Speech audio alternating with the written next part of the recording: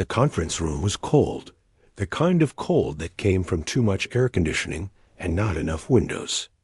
Ava Vance felt it on her skin, but she focused on the glow of the projector. Maps and satellite images were splashed across the screen, showing shipping lanes and coastlines. Her job was to explain the patterns, the possible threats hidden in the normal flow of traffic. She was good at this. She had earned her place here through years of quiet, excellent work. Across the table sat the team she was assigned to support. They were Navy SEALs. They did not sit like other people. They occupied their chairs completely, relaxed, but somehow ready to move in a heartbeat. Their silence was different too.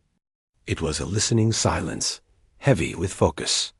She respected it. She kept her voice clear and steady, pointing out a cluster of ships that didn't fit the usual pattern dot as she reached to adjust the focus on the projector. The fabric of her blouse sleeve caught on the edge of the table. It rolled back just a few inches, revealing the intricate tattoo on her left forearm.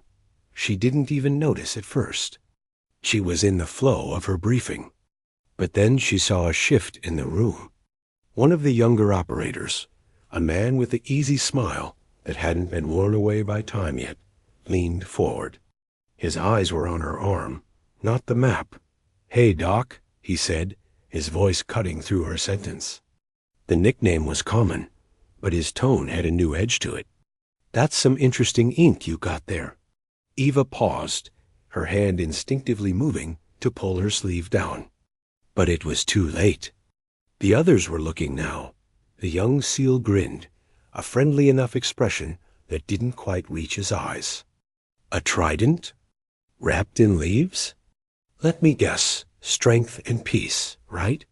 He gave a light chuckle and glanced at his teammate next to him, who smirked and shook his head. "You know, we see that a lot. People get the gear, the symbol, without the miles. No offense." The words "no offense" hung in the air, meaning the opposite. A low rumble of laughter, not mean-spirited but exclusive, traveled around the table. It was the sound of a private club noticing an outsider wearing their logo. Ava's face grew warm. The tattoo was deeply personal. She had gotten it during a year abroad after university, in a small, sun-bleached town by the Mediterranean Sea. She had seen the design, a powerful, classical trident, but softened by the graceful curve of olive branches, with a single, clear star at the tip sketched in the window of a tattoo shop. It had spoken to her. It wasn't about wanting to be a soldier. To her, it was an ideal. It was the idea that true strength existed to protect and cultivate peace. The star was for guidance, for hope. She loved it, but under their gaze, it suddenly felt silly. A childish fantasy etched permanently on her skin. She was a civilian analyst in a room of warriors whose symbols were earned in blood and darkness. Her symbol was bought in a shop dot. She quickly tugged her sleeve back into place, the fabric feeling thin and useless as a shield. "It's just a tattoo," she said, her voice quieter than she intended. She forced herself to look back at the projected map. "As I was saying, the anomaly in this pattern suggests." The team leader, a man named Holt, finally spoke. He had been watching the exchange with no expression on his face. His voice was flat, a stone dropping into water. "Let's keep the focus on the brief, gentlemen." His eyes met Ava's for a second. There was no apology in them, just an impatience for the distraction to be over. The laughter died, but the atmosphere had changed. The professional wall between her and them had grown thicker, and she had been placed firmly on the outside. For the rest of the meeting, she was acutely aware of her forearm, as if the tattoo was glowing under the fabric. Every point she made, she wondered if they were listening to her words or just remembering the ink on her skin. Later, back in her small, impersonal office, she rolled her sleeve up and looked at the design. The lines were clean, the black still dark after all these years. She traced the olive branch with a finger. For the first time, she felt a pang of doubt. Had it been a mistake? Was it, as they implied, a costume? She had always been proud of it, but now their mocking grins were painted over the memory. She shook her head, trying to clear it. Her value wasn't in her skin. It was in her mind, in her ability to connect dots they couldn't see. She had to believe that. But the cold feeling from the conference room had followed her, and it wasn't from the air conditioning. It was the chill of not belonging, of being misunderstood. She pulled her sleeve down, clicked her computer on, and buried herself in data, trying to forget the sound of their laughter. The tattoo, her beautiful personal symbol, now felt like a mark, a label she hadn't chosen. Wannabe, poseur. She pushed the words away, but they echoed. Stubborn and sharp dot, the sting of that moment in the conference room took a long time to fade. For weeks, Eva worked in a quiet bubble of her own making. She delivered her analysis, sent her reports, and kept her interactions with the team strictly professional. The tattoo stayed hidden under long sleeves, even when the office felt too warm. She told herself it didn't matter, that their opinion was irrelevant to the work. But it sat in her stomach, a small, hard knot of embarrassment. Her breakthrough came from where it always did, deep within a mountain of data. She was tasked with building a historical profile, looking at patterns of activity in a certain region over the past 15 years. To do it right, she needed access to more than just recent reports. She filed the paperwork, and after a wait, her security clearance was temporarily upgraded. This granted her digital keys to a more restricted part of the network.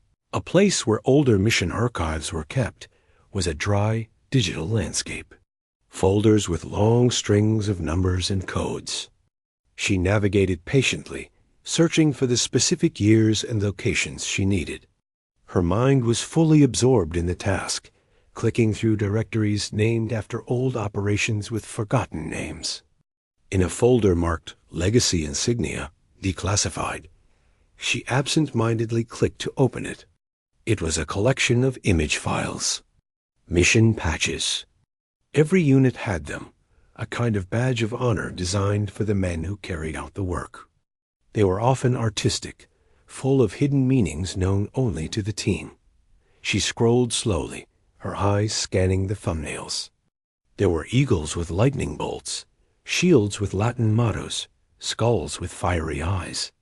Each one told a story of darkness and daring she would never fully know. She felt like a visitor in a secret museum. Then her finger froze on the mouse. Her breath caught in her throat. For a second, her brain refused to process what she was seeing. There, on the screen, was her tattoo. Not something similar. Not a vague cousin. It was exact. The same elegant, slightly curved trident. The same delicate olive branches wrapping around the shaft in that precise, leafy pattern. The same single 5-pointed star at the very tip. The line work, the shading, it was a perfect mirror image of the art on her forearm. She actually looked down at her arm, covered by her sleeve, as if to check it was still there. Then back to the screen. Her heart was pounding a loud, dull rhythm in her ears. The noise of the office, the hum of computers, the distant murmur of voices faded into a buzz. With a click that felt too loud, she opened the file. The image filled her screen. Beneath it, the file name and description were written in a plain, official font, asterisk asterisk operation, silent trident asterisk asterisk asterisk asterisk asterisk asterisk asterisk asterisk asterisk asterisk 8 August 2012 asterisk asterisk asterisk asterisk classification, formerly top secret, disclosed asterisk asterisk 2012. The year was a punch to her chest. She had been in Cyprus that summer, after finishing her studies. It was a time of sun and salt air, of old books and long conversations in beachside cafes. She remembered the little tattoo shop, the artist with gentle hands. But most of all, she remembered the man. He had introduced himself as Mitch, a retired American security contractor, he said. He was older, with kind eyes that held a deep, unspoken tiredness. They had struck up a conversation at her regular cafe. He was thoughtful, well-read, and seemed genuinely interested in her views on the region, its history, its tensions. For weeks they would talk. He asked sharp questions, listening to her answers with a focus that made her feel intelligent, seen. She was sketching the tattoo design in her notebook one afternoon, trying to get the branches right when he looked over her shoulder. "That's powerful," he had said, his voice soft. "The spear and the olive branch. You don't see them balanced like that often. The star is a nice touch. A guiding light." She had explained what it meant to her. That strength was pointless if it didn't serve peace. That the goal was protection, not domination. He had nodded slowly, a look of profound respect on his face. "That," he had said, "is a philosophy worth carrying with you." A few days later, he had walked with her to the tattoo shop. He stood there as the artist worked. It felt like a blessing. Now, sitting in her government office a decade later, the pieces slammed together with a force that made her dizzy. Mitch, summer 2012. Cyprus, a strategic island in the Mediterranean. Operation Silent Trident, August 2012. It couldn't be a coincidence. It was mathematically impossible. This was a classified insignia for a top-secret mission. And she had it on her body. Her hands were trembling. She tried to open the mission file for Operation Silent Trident. A red banner flashed on her screen. Access denied. Clearance level insufficient. She was locked out. The proof was right in front of her, yet the truth was hidden behind a digital wall she couldn't climb. She stared at the patch on the screen, then minimized the window, suddenly afraid someone might see it over her shoulder. The normal office around her felt unreal, like a stage set. Who was Mitch, really? A retired contractor wouldn't know about a mission patch before the mission even happened. Unless he was there. Unless he was designing it. The laughter of the SEALs in the conference room echoed in her memory, but now it sounded different. It wasn't just mocking a stranger. They had been mocking a symbol that belonged to their own hidden world, a world she had somehow, unknowingly, touched long ago. The embarrassment in her gut melted away, replaced by a swirling storm of confusion and a fierce, burning curiosity. That tattoo on her arm was no accident, and she needed to find out why. For 2 days, Ava carried the secret inside her like a live wire. It hummed with a low, constant energy, making it hard to focus on her regular work. Every time she looked at a map or typed a report, the image of that insignia flashed behind her eyes. She knew she couldn't just let it go. The coincidence was too big, too strange. It was a thread, and if she pulled it, she had no idea what might unravel. She decided she had to talk to the team leader, Holt. He was a man of few words, and those words were usually hard. But he was also direct, and he valued the mission above all else. If this was about a mission, especially one called Silent Trident, he would need to know. Getting time with him wasn't easy. He was either in the field, in planning, or behind a closed door. Finally, she managed to schedule a brief meeting. Using the vague but serious reason of a historical data anomaly requiring clarification. It wasn't a lie. Walking to his office felt different this time. The usual feeling of being an outsider was mixed with a new nervous certainty. She knocked on his door, a solid sound on thick wood. Enter. His office was sparse. A desk, a few chairs, a flag in the corner. No personal photos. He looked up from a document, his expression neutral, waiting. "Sir, thank you for your time," she began, her voice steady despite her heartbeat. "This will seem unusual. It's about the tattoo, the one your team noticed." A flicker of impatience passed over his face. He leaned back. "Dr. Vance, with respect, I have real. She didn't let him finish. She placed a single sheet of paper on his desk. On it were 2 images. On the left, a photograph of her own forearm, the tattoo clear. On the right, the official file image of the Operation Silent Trident patch. She had printed it in the secure printing room, her hands sweating the whole time. She watched his eyes move from one image to the other. The change in him was instant and total.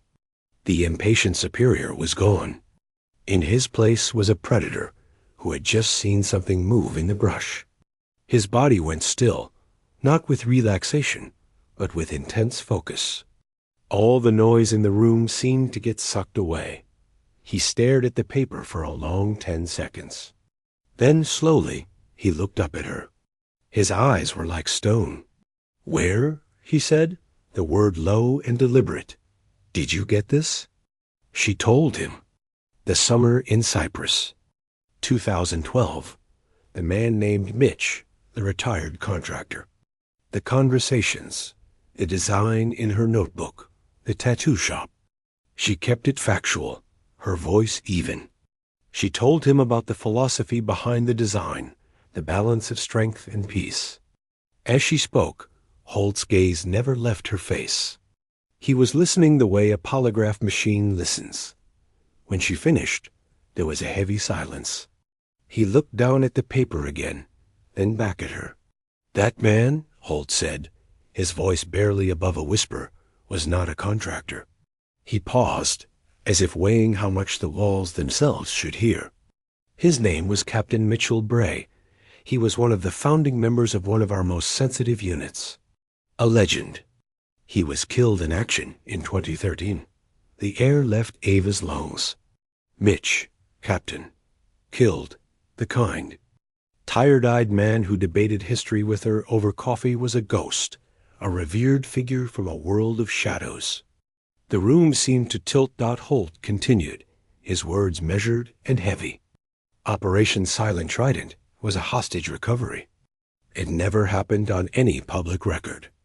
It was so dark that the only people who knew the full picture were the men on the ground and maybe 3 people in this building. The Insignia was designed for the team. It was never meant to leave a secure room. He tapped the paper with a finger. And yet, here it is. On the skin of a civilian analyst who got it a month before the mission launched, from the man who designed it. He leaned forward, his elbows on the desk. Why? Why would he do that?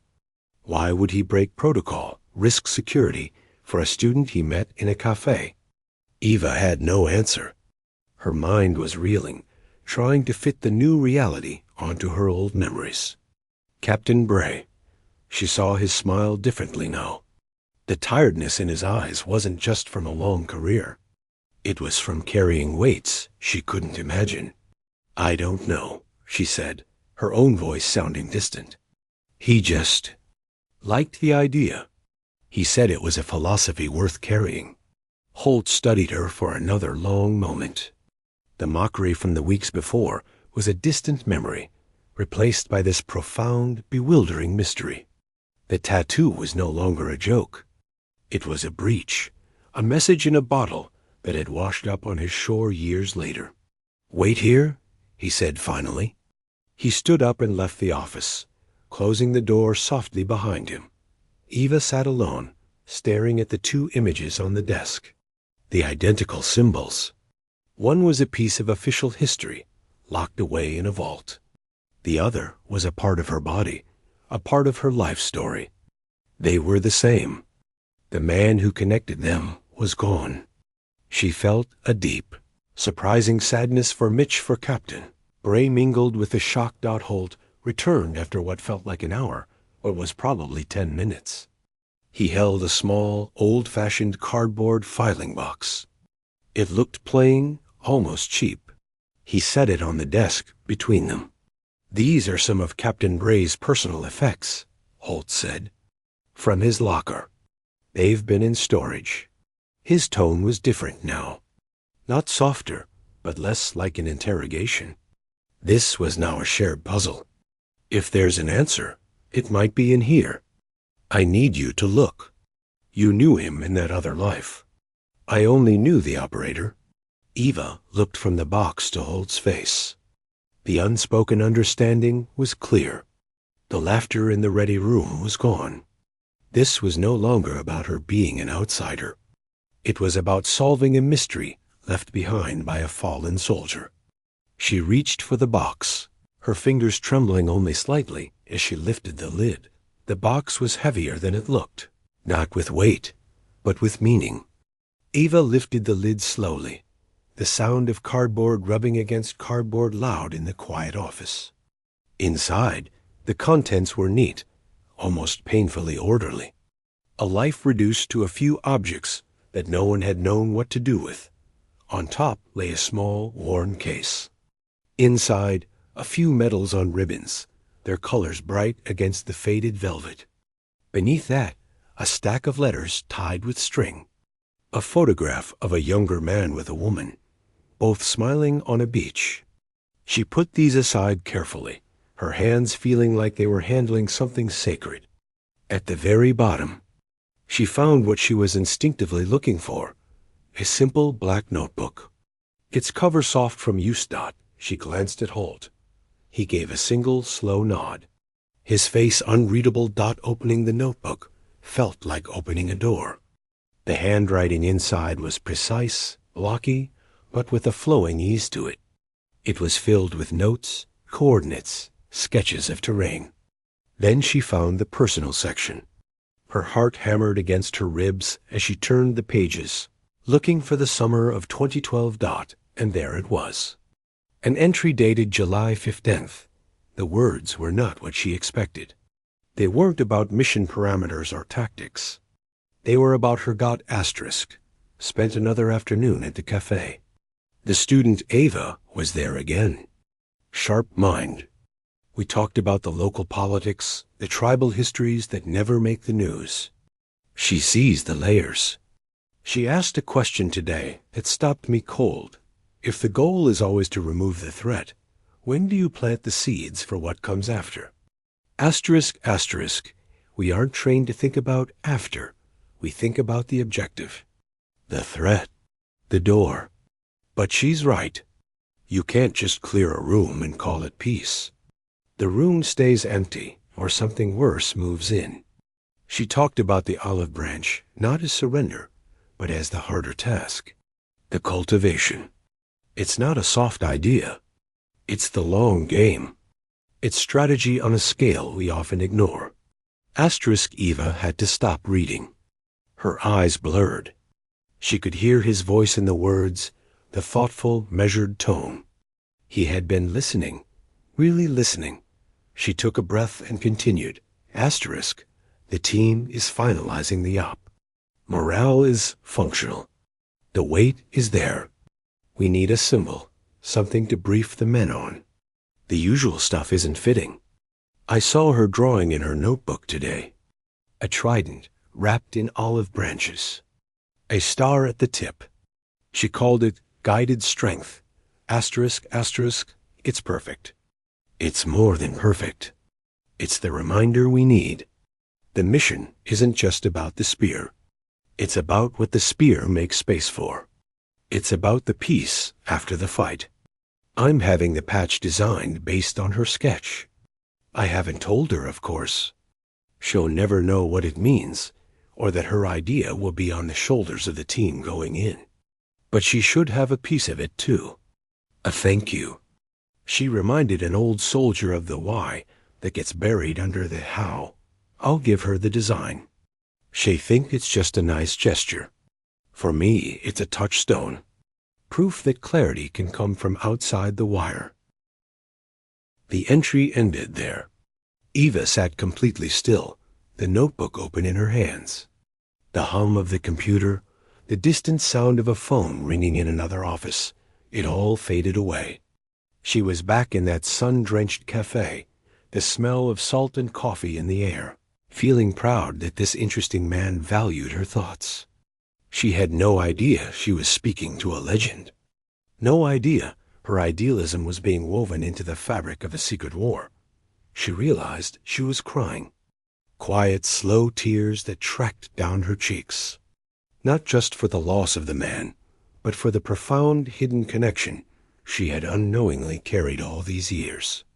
Her tattoo wasn't a copy. It was the original inspiration. It was a gift from a warrior who saw something in her words worth preserving. She looked up. Holt. His gaze was fixed on the notebook in her hands. She didn't speak. She simply turned the book around and slid it across the desk, her finger pointing to the passage. He read it. His eyes moved back and forth once, then again, slower. She saw the muscles in his jaw tighten, then relax. He leaned back in his chair, letting out a long, slow breath, as if he'd been holding it for years. He looked from the notebook to the printed insignia on the desk, then finally to Ava's face, her tear-streaked cheeks. The silence in the room was no longer heavy with suspicion. It was filled with a kind of awe, a respect for a story that had threaded itself through both their lives without either of them knowing. "So?" Holt said, his voice rough, breaking the quiet. "He didn't give you the mission patch. You gave it to him." Eva nodded, unable to find words. She wiped her cheeks with the back of her hand, feeling suddenly embarrassed by her tears. Holt carefully closed the notebook, his touch almost gentle. He placed it back in the box with the other items. A quiet ceremony. "Captain Bray was the best of us," he said, more to himself than to her. He saw the bigger picture when the rest of us were staring at the map. He looked at her, and his expression was clear, direct. "He saw it in you, too. That's what this is. It's not a mistake. It's a recommendation. From beyond the grave." He stood up, taking the box. "I need to address the team. They owe you more than an apology. They need to understand what they were laughing at." He paused at the door. "Be in the ready room at 0800 tomorrow, Dr. Vance." After he left, Eva sat for a long time. The knot of embarrassment that had been in her stomach for weeks was gone, completely dissolved. In its place was a feeling she couldn't quite name. It was sadness, for sure, for Captain Bray, but it was also a solid, warm certainty. Her philosophy, the one she wore on her skin, hadn't been naive. It had been necessary. It had been heard by someone who mattered, in a way that mattered. She rolled up her sleeve and looked at the tattoo. The lines seemed deeper now, more meaningful. It was no longer just her symbol. It was a shared one. A secret handshake with a ghost, and now, with the men he led. The next morning at 0750, Eva stood outside the closed door of the ready room. She could hear the low murmur of voices inside, the familiar sound of the team preparing for their day. Her usual feeling, the tightness in her shoulders before walking into their space, was different now. It wasn't anxiety. It was a kind of gravity. She wore a simple, long-sleeved shirt, but this time she didn't feel the need to hide her forearm. The tattoo felt like a part of her uniform today. At 0800 exactly, she opened the door and walked in. The room fell silent. The men were there, some seated, some leaning against tables. The young operator who had first spoken up was there, his expression curious, maybe a little wary. Holt stood at the front of the room, the plain cardboard box on the table beside him. His presence commanded absolute attention. "Take a seat, Doctor," Holt said, his voice flat and official. She sat in a chair near the front, feeling every eye on her. Holt didn't waste a word. "Weeks ago," he began, "there was an incident in this room. A moment of unprofessionalism. It was directed at Dr. Vance's personal tattoo." He paused, letting the memory settle in the space. "You dismissed it as a civilian trying to wear military symbolism. A poser's decoration." He reached into the box and pulled out the black notebook. He held it up. This was Captain Mitchell Bray's personal journal. A ripple went through the room, a visible stiffening. The name was clearly sacred here. Captain Bray was the architect of Operation Silent Trident. In 2012, a mission so classified, most of you have only heard whispers. Holt opened the notebook to a marked page. He didn't read from it like a story. He recited the words from memory, his eyes locking onto the men one by one. Asterisk, she sees the layers. She asked a question today that stopped me cold. If the goal is always to remove the threat, when do you plant the seeds for what comes after? Asterisk, he let the question hang in the air. It was a soldier's question, a deep one. Eva saw a few of the men glance down, thinking, asterisk, we aren't trained to think about after. Asterisk, Holt continued, Bray's words in his mouth. Asterisk, but she's right. You can't just clear a room and call it peace. The room stays empty or something worse moves in. I saw her drawing in her notebook today. A trident wrapped in olive branches.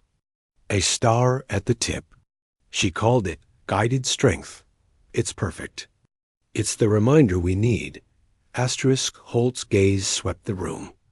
The insignia for Silent Trident was based on Dr. Vance's original drawing. Her idea, her philosophy. Captain Bray had the patch made for the team, and he gave the original design to her as a thank you.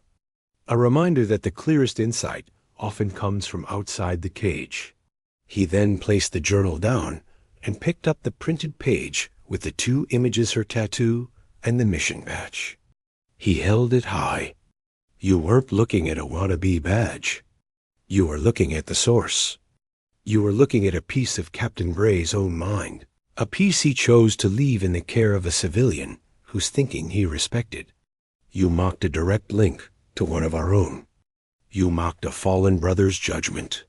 The silence in the room was now total and profound. It was a silence of shame, but also of dawning understanding.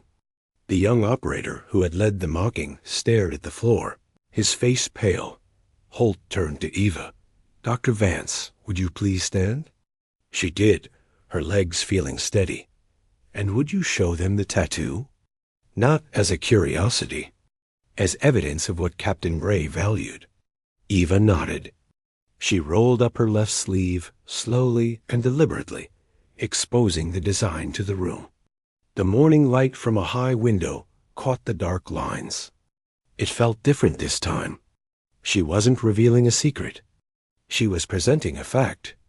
She held her arm out, not in defiance, but in quiet certainty. Every man in the room looked. But now, they weren't seeing a trident and some leaves. They were seeing Silent Trident. They were seeing Bray's choice. They were seeing the why behind a mission dot. The young operator stood up. He walked over to Eva, stopped in front of her, and came to a position of attention. His eyes were earnest, his earlier smirk completely erased. Dr. Vance, he said, his voice clear and thick with emotion. On behalf of myself, and for this team, I offer our deepest and most sincere apology. We were wrong. We failed to see what was right in front of us. I am sorry. Eva looked at him, then at the others. She saw no resentment, only a raw, soldierly respect for truth and for honoring one of their own. Apology accepted, she said, and she meant it. Holt gave a single, sharp nod. Dismissed. Dr. Vance, a word. The team filed out, quiet and thoughtful. The young operator gave her one last nod before he left. When they were alone, Holt's stern expression softened, just a fraction. The work continues, he said. The threat assessment on those shipping lanes is still active. But your clearance for this project has been elevated. You'll have access to the deeper archives. Bray trusted your mind. That's good enough for me. I expect you to use it. From that day forward, everything changed, and yet nothing changed. She still did her analysis. They still did their operations. But the wall was gone. She was no longer Doc, the civilian outsider. When they had a question about cultural nuance or the long-term history of a region, they came to her, not with tolerance, but with genuine interest. They had seen that her perspective had value in a way. Their culture deeply understood. It had been validated by a legend. Sometimes, during long planning sessions, she would roll up her sleeves while working. The tattoo was just there, a part of her. No one ever commented on it again. It didn't need to be mentioned. It was understood. It was a silent testament to a connection that crossed worlds. A reminder that strength needed guidance, and that sometimes the most important intelligence wasn't a satellite image, but an idea offered in good faith long ago in a cafe by the sea.